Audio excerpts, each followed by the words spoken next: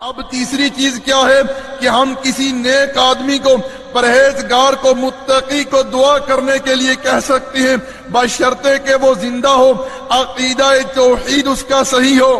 جیسا کہ میرے بھائیو صحیح بخاری کے اندر جناب عمر رضی اللہ تعالی عنہ کا واقعہ ہے، باب الاستسقاء، حدیث کا نمبر ہے 955.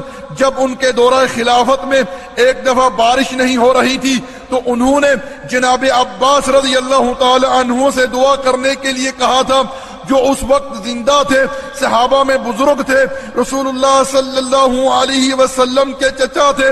جناب عمر نے ان سے دعا کرنے کے لیے کہا تھا. میرے بھائیوں، جناب عمر رضی اللہ تعالی عنہ خلفائے راشدین میں سے ہیں جن کی پیروی کرنے کے لیے اللہ کے رسول صلی اللہ علیہ وسلم نے اپنی امت کو حکم دیا ہے. جیسا کہ سنن ابی داؤد کے اندر حدیث ہے، اللہ کے رسول صلی اللہ علیہ وسلم نے ارشاد فرمایا، علیکم بسنتی وسنت الخلفاء الراشدین المہدیین من بعدی، کہ تمہارے لیے میرا طریقہ اور میرے خلفائے راشدین ہدایت یافتہ جو میرے بعد آئیں گے ان کے طریقے کو مضبوطی سے تھامنا.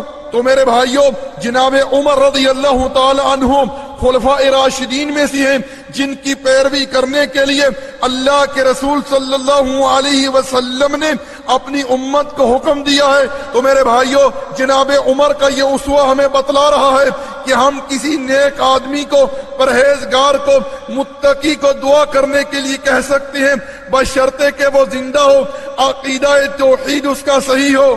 جیسا کہ عباس رضی اللہ تعالی عنہ اس وقت زندہ تھے، صحابہ میں بزرگ تھے، رسول اللہ صلی اللہ علیہ وسلم کے چچا تھے. پیارے بھائیوں، میں آپ لوگوں کی یہاں توجہ چاہتا ہوں، اس میں کوئی شک نہیں ہے کہ اللہ کے رسول صلی اللہ علیہ وسلم مخلوق میں سب سے افضل ہیں.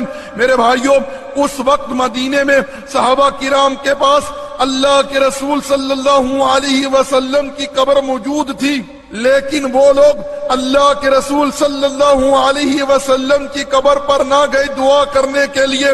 آپ کی قبر پر جا کر انہوں نے آپ کی ذات کے وسیلے سے اللہ کو نہ پکارا، کیونکہ وہ لوگ جانتے تھے کہ یہ اللہ اور اس کے رسول صلی اللہ علیہ وسلم کی تعلیم نہیں ہے کہ کسی کی موت کے بعد اس کی قبر پر جا کر اس کی ذات کے وسیلے سے اللہ کو پکارا جائے.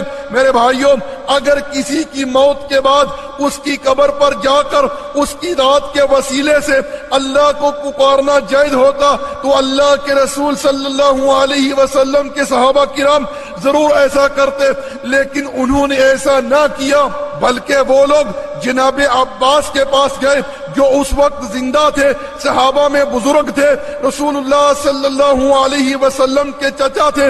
ان سے دعا کرنے کے لیے کہا، انہوں نے دعا کی، اللہ رب العزت نے بارش نازل فرمائی. ہمارا فیس بک کا صفحہ اردو اسلامک میسیجز URDUISLAMICMESSAGES ہے.